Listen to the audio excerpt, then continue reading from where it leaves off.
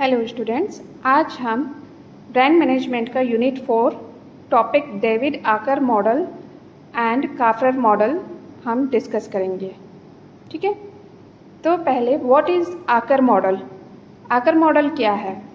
तो आकर model brand का ब्लूप्रिंट है जो कि एक मार्केटिंग एक्सपर्ट डेविड आकर ने डेवलप किया था।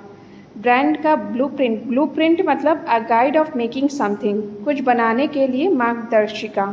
ठीक है, जनरली हम कुछ ब्रांड बनाते हैं उसके लिए पहले से ही हम लोग प्लानिंग करते हैं, वो ब्लूप्रिंट कहलाती है। It mostly emphasises the importance of brand identity. ये ब्रांड आइडेंटिटी के इम्पॉर्टेंस पे ज़्यादा महत्व देता है और ऑफ़र करता है ऐसा यूनिक सॉल्यूशन कि हम एक ब्रांड को कितना अच्छे तरीके से स्ट्रॉन्ग वे में हम लोग उसको बना सके, बिल्ड कर सके। ठीक है, डेविड आकर ने क्या कहा था, इसको कैसे डिफाइन किया था? A brand vision should attempt to go beyond functional benefits to consider organizational values, a higher purpose, brand personality, and emotional, social, and self-expressive benefits. ठीक है, ब्रांड विजन को फंक्शनल बेनिफिट्स के अलावा ऑर्गेनाइजेशनल वैल्यू को consider करना चाहिए, जैसे कि अ हायर पर्पस जो होना चाहिए वो हाई होना चाहिए, ब्रांड पर्सनालिटी पे ध्यान देना चाहिए, इमोशनल, सोशल और सेल्फ एक्सप्रेसिव बेनिफिट्स पे ध्यान देना चाहिए। ठीक है, ये कहा था डेविड आकर ने। और डेविड आकर के अकॉर्डिंग ब्रांड इक्विटी जो है स्ट्रेट फॉरवर्ड कॉन्सेप्ट है, मतलब सीधा सीधा एक कॉन्सेप्ट है जिसमें हम लोग ब्रांड को एज अ रिकॉग्निशन के रूप में फाउंडेशन बना सकें, मान्यता दे सकें। ठीक है, फाउंडेशन मतलब बेस बना सकें। देन आकर मॉडल क्या होता है? आकर मॉडल में ब्रांड इक्विटी में 4 चीज़ों को डिफाइन किया गया है। पहला brand awareness, perceived quality, brand association, brand loyalty.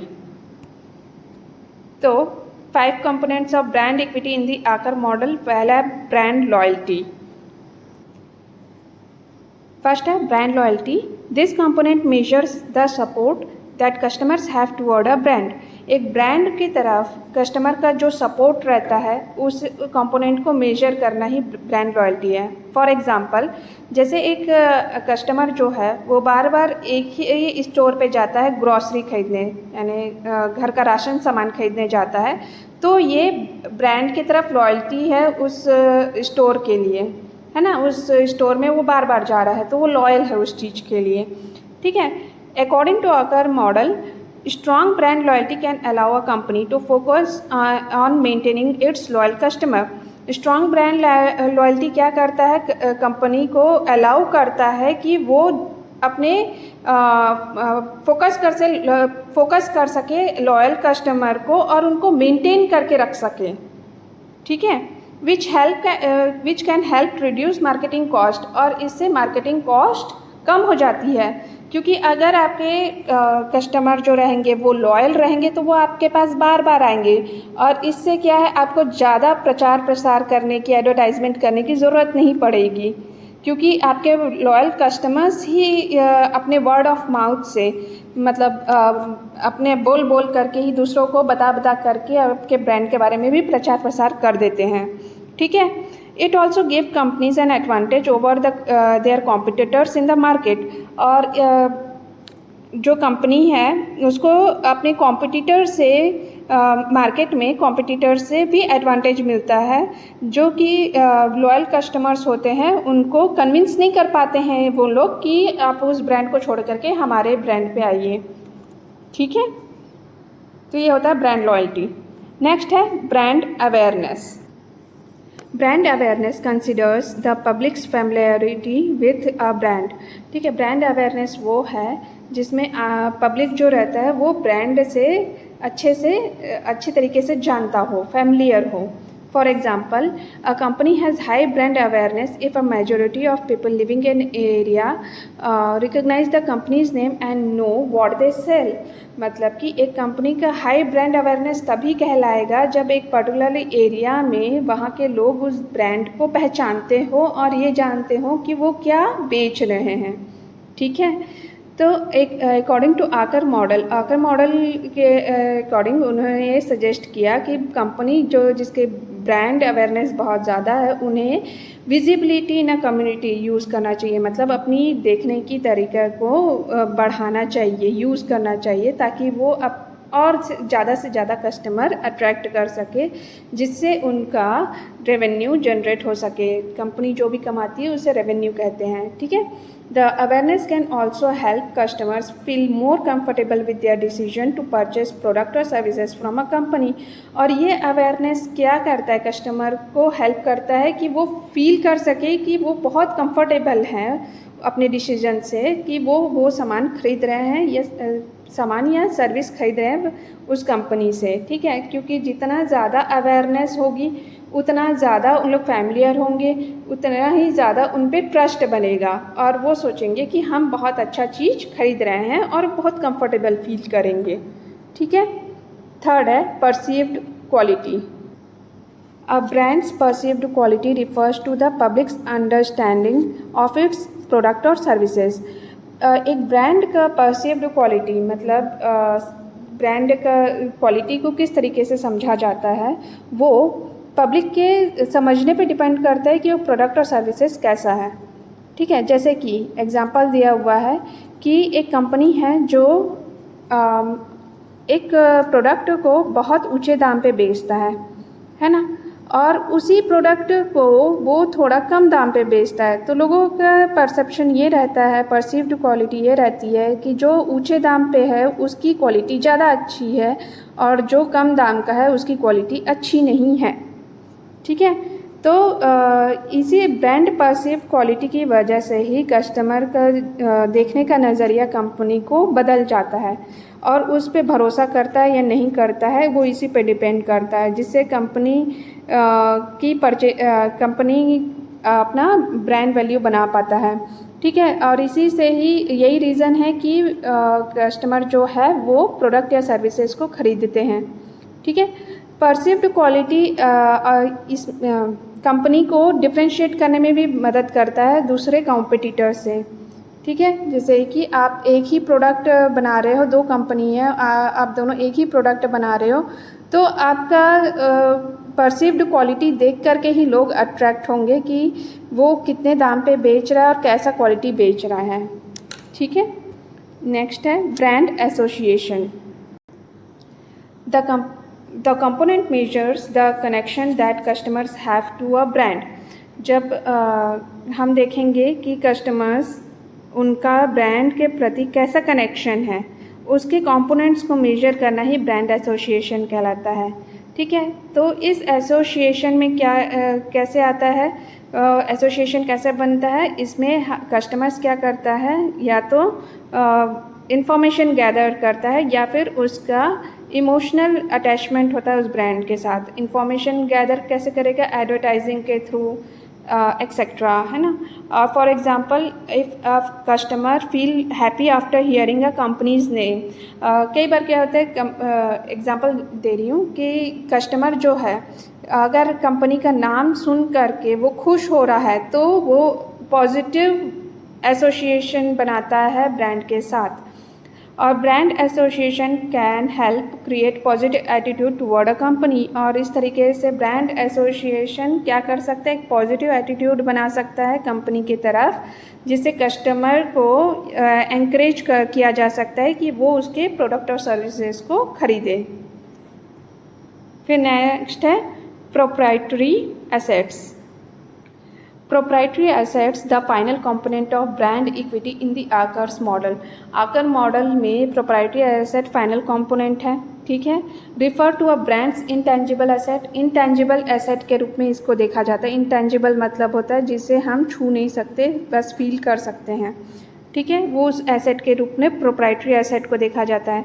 जैसे कि इसमें आता है patent, trademarks, copyright, intellectual copyright. अगर ये चीज़ ब्रांड पे लग गया तो वो उस ब्रांड को कोई और कॉपी नहीं कर सकता है। अगर वो ऐसा करता है तो उसको एज अ लॉ पनिशमेंट मिलेगा, ठीक है। तो इसमें कोई मॉनेटरी वैल्यू नहीं रहता है, लेकिन ये कंपनी के रेपुटेशन को बढ़ाता है, ठीक है। और अगर हम प्रोप्राइटरी एसेट्स बना लेते हैं तो कंपनी को दूसरे कॉम्पिटिटर से अपने आप को डिफ्रेंशिएट करने में बहुत मदद मिलती है, क्योंकि वो उसका फिर कोई कॉपी नहीं कर सकता है। और ये कॉम्पिटिटर्स में ये ज़्यादा एडवांटेज लाता है by creating more brand equity. Brand equity ज़्यादा बना करके कॉम्पिटिटर्स के में ज़्यादा एडवांटेज हम ले सकते हैं अकॉर्डिंग टू आकर मॉडल। ठीक है, फिर नेक्स्ट आते हैं काफरर मॉडल में। In 1996, Jean Noel Kaufrer aimed to conceptualize what he considered the 6 elements of a brand's identity. Jean Noel Kapferer ने 1996 में 6 एलिमेंट ब्रांड आइडेंटिटी के 6 एलिमेंट को कॉन्सेप्चुलाइज किया था। तो brand identity prism work as a diagram to help us understand these elements and how they relate to one another. इसे brand identity prism भी कहा जाता है काफरर मॉडल को। और उन्होंने डायग्राम के थ्रू ये समझाया था कि किस तरह से ये एलिमेंट्स एक दूसरे से रिलेट करते हैं और कितना सही है इसको समझना। ठीक है, काफरर ने आर्ग्यू किया कि the element help businesses build strong brand, और ये एलिमेंट्स ब्रांड के बिजनेस स्ट्रॉन्ग ब्रांड बनाने में बहुत मदद करता है। ठीक है, which in turn help them communicate clearly, और इसके द्वारा हम सही तरीके से अच्छे से कम्युनिकेट कर सकते हैं, क्लियर स्पष्ट और ट्रांसपेरेंटली। ठीक है, and be easily remembered and recognized, और इसको आसानी से याद किया जा सकता है और रिकग्नाइज किया जा सकता है। तो काफरर मॉडल में 6 एलिमेंट्स दिए हैं, उन्होंने 6 एलिमेंट्स दिए हैं जो कि ब्रांड को अच्छे तरीके से सेट किया जा सके, उसको स्ट्रॉन्ग ब्रांड बनाया जा सके। तो ये 6 एलिमेंट्स क्या हैं, हम आगे पढ़ते हैं। तो ये 6 एलिमेंट है फिजिक, सेकेंड है पर्सनैलिटी, थर्ड है कल्चर, फोर्थ है रिलेशनशिप, फिफ्थ है सेल्फ इमेज, सिक्स्थ है रिफ्लेक्शन। तो पिक्चर ऑफ सेंडर, देखो ये पिक्चर ऑफ सेंडर है ऊपर का, पिक्चर ऑफ रिसिपिएंट है, इसमें इंटरनलाइजेशन है, फिर यहाँ पे एक्सटर्नलाइजेशन है। ठीक है, फिर यहाँ पे फिजिक है, personality, relationship, culture, reflection, self image. ये इस तरीके का आपका इमेज के थ्रू उन्होंने समझाया है काफरर मॉडल में। ठीक है, तो पहले तो हम लोग एक एक करके सब चीज़ों को डील करते हैं। तो पहला है physique. The first aspect of brand identity are the basic characteristics of a product और सर्विसेज द ब्रांड सेल्स। इसमें पहला क्या है, ब्रांड आइडेंटिटी कैसे होगा, पहले तो हमें प्रोडक्ट और सर्विसेज का बेसिक कैरेक्टरिस्टिक्स जानना पड़ेगा जिसको हम बेच रहे हैं। ठीक है, तो जनरल कैरेक्टरिस्टिक्स क्या होते हैं, जैसे कि डिज़ाइन होता है, एलिमेंट्स होता है। ठीक है, बेसिक फंक्शनैलिटीज़ होती है, कैसा फंक्शन करता है वो ब्रांड या सर्विस, कलर हो गया, अदर कैरेक्टरिस्टिक्स। ठीक है, this characteristics ensure the customer can easily differentiate a certain brand from others. ये कैरेक्टरिस्टिक्स क्या करते हैं, दूसरे ब्रांड से आपको डिफ्रेंशिएट करते हैं। ठीक है, a customers who happy with a certain product will also more easily buy another product that shows the same basic characters of a brand. एक कस्टमर जो है वो खुश होता है जब वो ऐसा प्रोडक्ट मिलता है उसे जो कि वो सेम कैरेक्टरिस्टिक का वो चीज़ मिल जाता है। जैसे आप मार्केट में जाते हो तो आप पर्टिकुलर ब्रांड के बारे में सोच करके जाते हो, अगर आपको वो ब्रांड नहीं मिलता तो आप उसी कैरेक्टरिस्टिक्स का दूसरा ब्रांड उठा करके ले आते हो। ठीक है, तो an example of brand that's successful in this is Apple. Apple सबसे ज़्यादा बिकने वाला चीज़ है, जो कि बहुत ज़्यादा लोग नॉट बिकने वाला चीज़, मतलब लोग इसके बारे में अवेयर है, इसके फिजिक के बारे में अवेयर है। जैसे इसका डिज़ाइन स्लीक है, मॉडर्न है, मिनिमलिस्टिक है, something that comes back in every product line of the brand. ठीक है, जो कि बार बार आपके उस चीज़ में आता है कि हाँ ये इसको रखना मतलब कि एक स्टेटस सिंबल की तरह है। ठीक है, तो manufacturer of sports car can also do their best in present their fast cars to consumer by using physique characteristics. जैसे स्पोर्ट्स कार्स बनाने वाले भी मैन्युफैक्चरर जो होते हैं वो क्या करते हैं कि वो ऐसा दिखाते कस्टमर को कि फास्ट कार बनाते हैं। तो ये क्या कर रहे हैं, एक फिजिकल कैरेक्टरिस्टिक को शो कर रहे हैं। ठीक है, नेक्स्ट है पर्सनालिटी। पर्सनालिटी कैसे देखते हैं, जैसे according to theory behind the Kapferer brand identity prism model the second element of brand image is the personality और कैरेक्टर ऑफ अ ब्रांड। ठीक है, पहला हमने क्या देखा था, फिजिक देखा था, अब हम पर्सनालिटी देख रहे हैं। सेकेंड चीज़ है जो काफरर मॉडल ने दिया था। This are properties of a brand in the eye of consumer. जो कंज्यूमर है, जो उसको यूज़ करे उस ब्रांड को, उसके आँखों में वो ब्रांड की जो प्रॉपर्टी है वो पर्सनालिटी होती है ब्रांड की। फिजिक में क्या था, कंपनी दिखा रहा था जो भी कैरेक्टरिस्टिक है ना, और यहाँ पे क्या हो रहा है, पर्सनालिटी में जो कस्टमर है वो दिखा रहा है कि उसकी नज़र में वो ब्रांड कैसा है।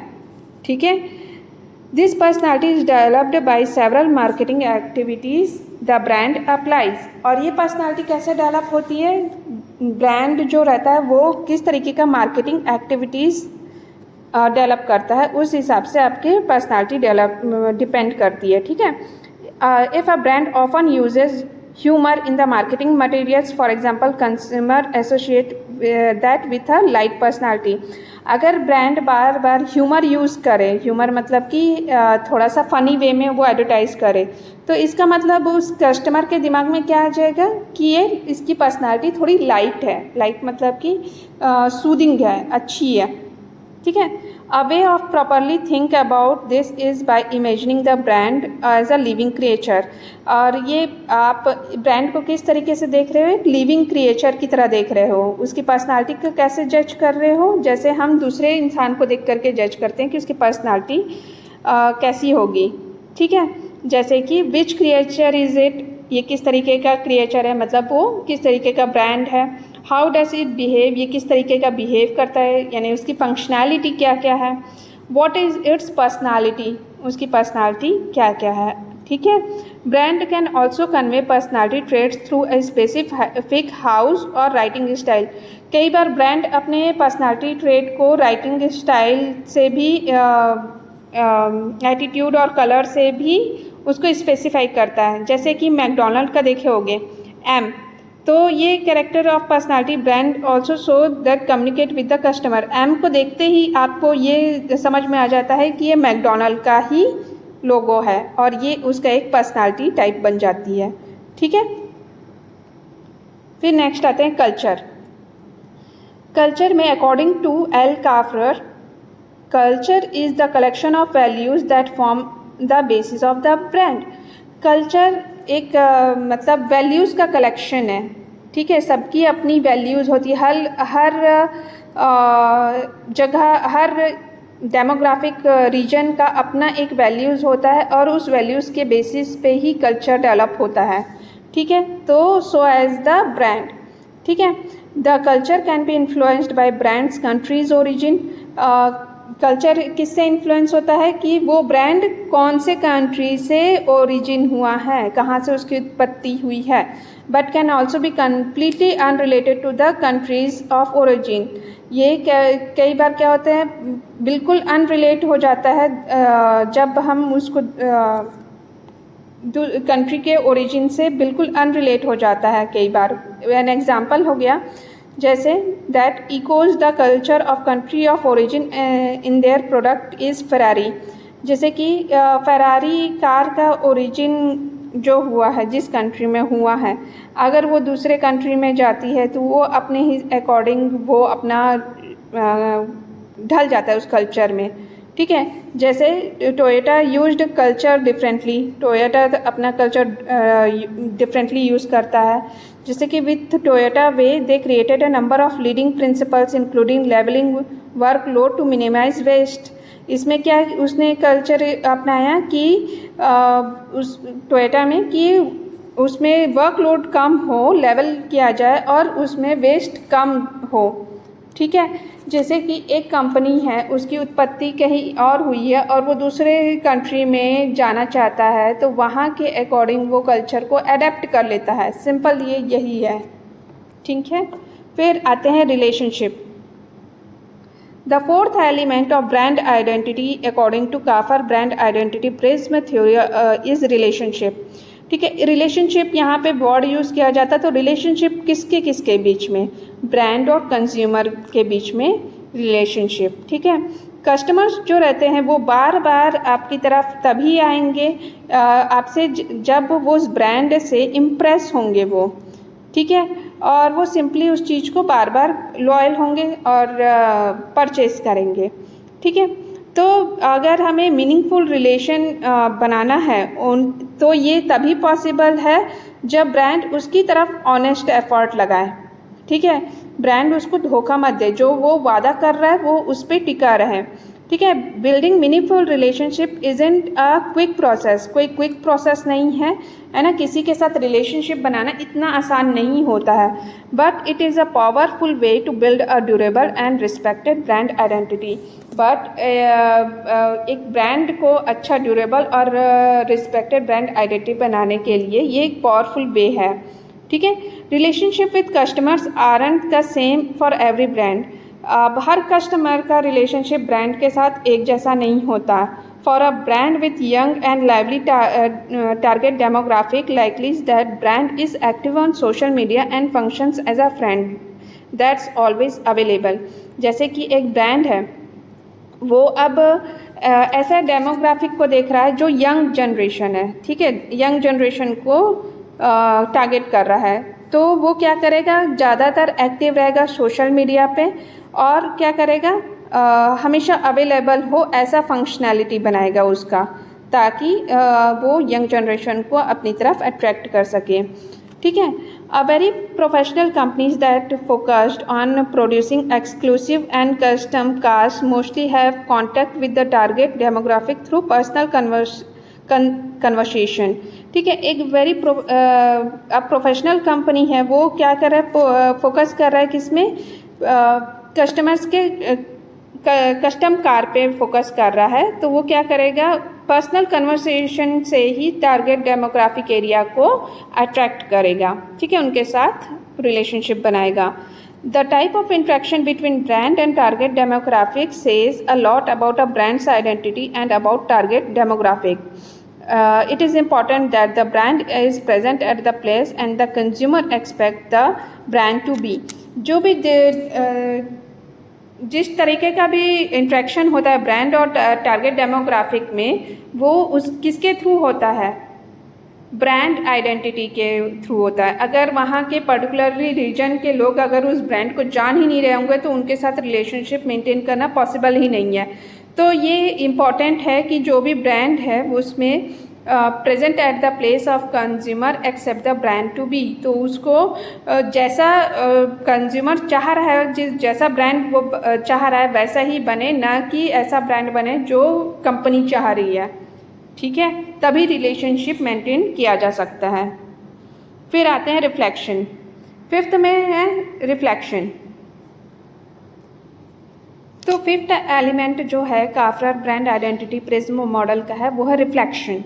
ठीक है, जैसा आप दिखाओगे वो आपको उल्टा फोकस करेगा, मतलब कि रिफ्लेक्ट होता है वो चीज़ें। ठीक है, जैसा आप दिखाओगे वैसा ही वो आपको वापस फोकस करेगा। तो according to theory the brand must reflect the personality and identity to the of the target demographic. ठीक है, इसमें क्या रिफ्लेक्ट कर रहा है, पर्सनालिटी और जो टारगेट डेमोग्राफिक एरिया है। डेमोग्राफिक मतलब एक एरिया को डेमोग्राफिक कहते हैं ना, डेमोग्राफी। ठीक है, एक पर्टिकुलर रीजन को, तो टारगेट रीजन जो है उसको उसकी आइडेंटिटी क्या है, पर्सनालिटी क्या है, वो ब्रांड रिफ्लेक्ट करना चाहिए। ठीक है, reflection is the collection of stereotypical conviction और characteristics of brand target demographic which are often touched on और emphasising in advertisement and other marketing techniques. जो भी रिफ्लेक्शन है वो क्या है, कलेक्शन ऑफ स्टीरियोटिपिकल कन्विक्शन, मतलब कि स्टीरियोटिपिकल कन्विक्शन मतलब होता है रूढ़िवादी धारणा, या इस पे डिपेंड करता है, या फिर ब्रांड जो टारगेट डेमोग्राफिक एरिया लिया गया उसके कैरेक्टरिस्टिक्स पे डिपेंड करता है। कलेक्शन है, रिफ्लेक्शन, ठीक है, जो कि जनरली क्या करता है, एम्फेसाइज किसको महत्व देता है, एडवर्टाइजिंग और मार्केटिंग टेक्निक्स पे, ठीक है। When the target demographic consist of people in retirement, it is logical to create a brand image that is in line with those demographic characteristics. अगर आपके ब्रांड किसी पर्टिकुलर डेमोग्राफिक को target कर रही है, जैसे कि उसमें आपके पीपल हैं जो रिटायर होने वाले हैं, तो लॉजिक ये होना चाहिए कि ब्रांड इमेज उसी तरीके का बने, ठीक है, उसी के लाइन पे ही बने, ना कि उससे भटके। अगर आपके वो जो है वो रिटायरमेंट वाले हैं तो उन्हीं के ही लाइन पे ही बने, ठीक है।